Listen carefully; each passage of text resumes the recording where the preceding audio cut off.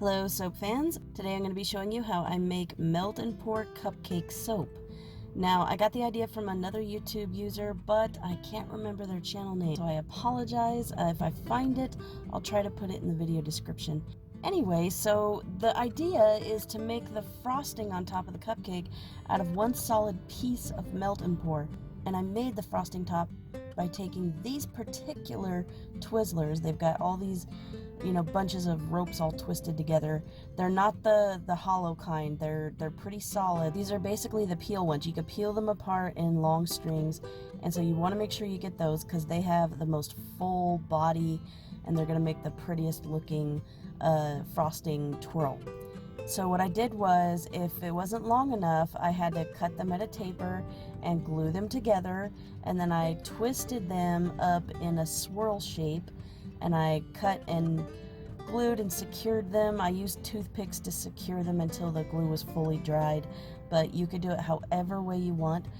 Then I took my silicone putty and pressed it into the silicone putty, and I let it set for the allotted time, and I basically made a silicone mold of that swirl. So these are going to be the silicone cupcake molds that I'm using, and I'm using one of those to hold up my frosting mold, and I'm just going to pour my white melt and pour. This is a goat milk based melt and pour, but you can use whatever white one you want, or you could use a colored one, it doesn't matter.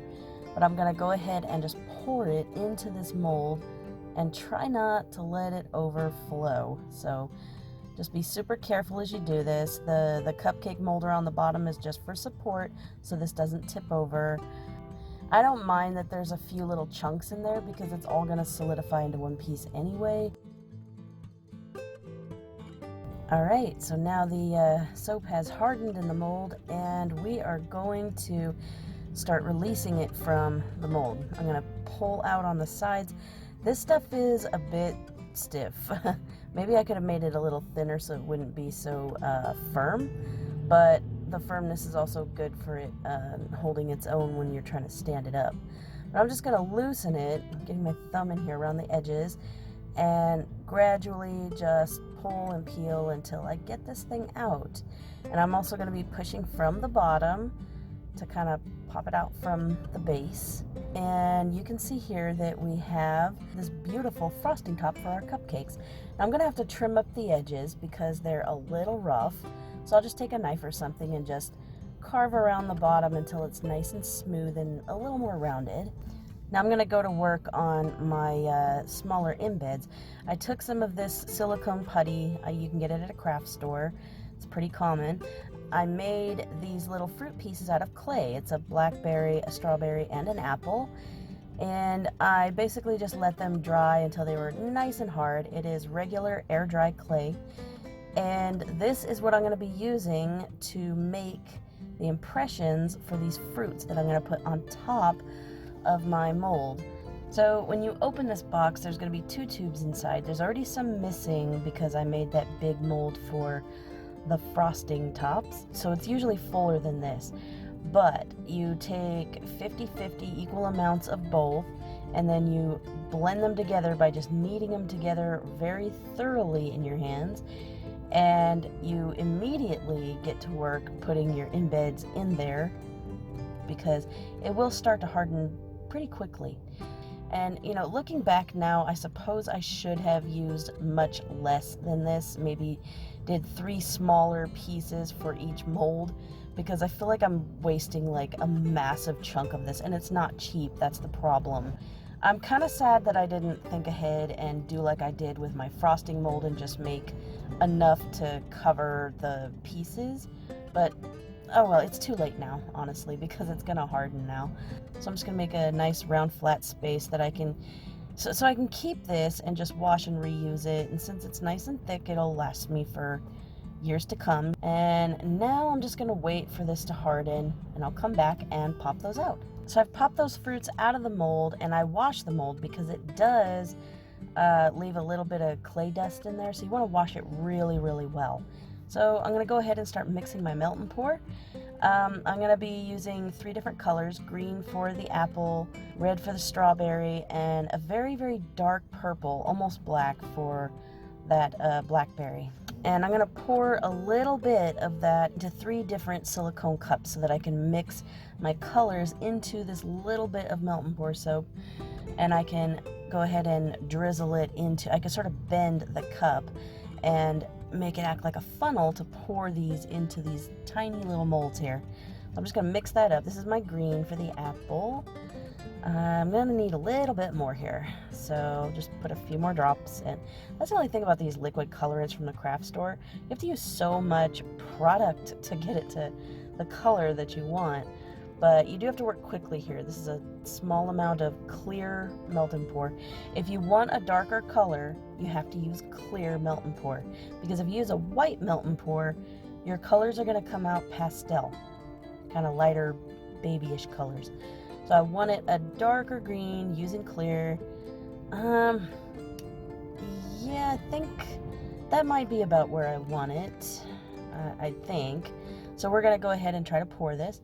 Like I said, just gonna squeeze the walls of this cupcake mold and use it like a funnel. And hopefully I can do this without making a huge mess.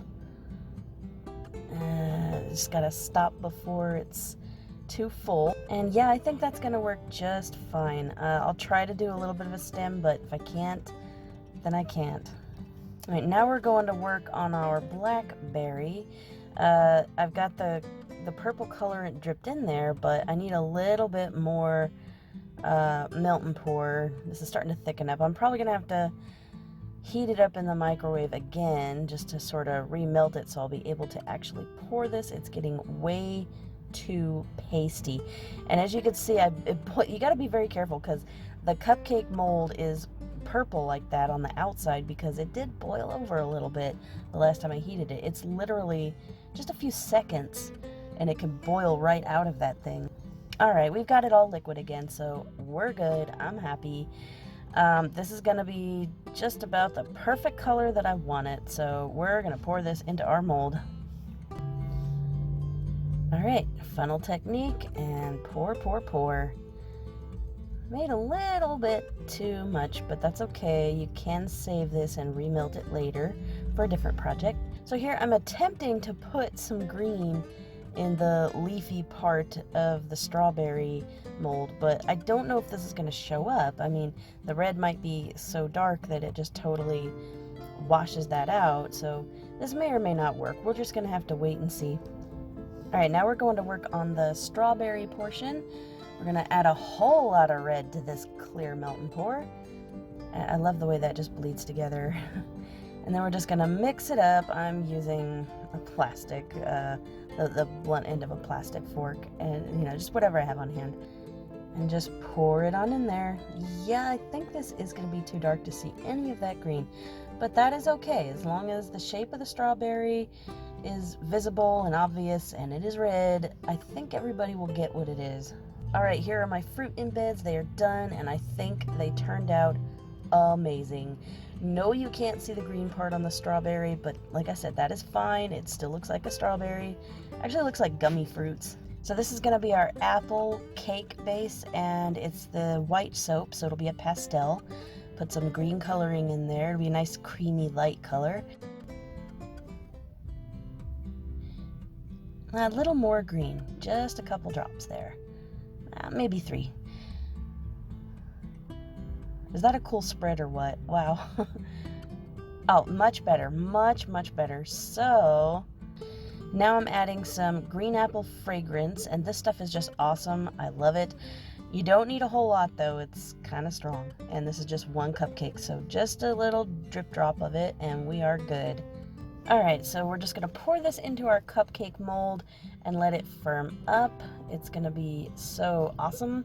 Be very careful if you do have to move these. It's probably better to pour it where you plan to store it until it hardens, because moving it is quite challenging. So now we're gonna work on our raspberry one. This is gonna be the purple that I used to color the actual raspberry piece, and our fragrance is black raspberry vanilla. So that is gonna smell awesome. So we're just gonna drop our color into this soap and then stir it up. And I love the look of that purple swirl too. I'm tempted to just leave it like that, but no, we will mix it all up. Okay, I added a couple drops more, but this is a color that I'm quite happy with. So I'm just going to add my fragrance now, only a little bit. I don't want it to be too overpowering, and I'm just going to mix it in. All right, time for the pour. Get it into our cupcake mold. It's starting to thicken up a lot on me here, so I'm trying to hurry. It's such a small batch that it thickens super fast.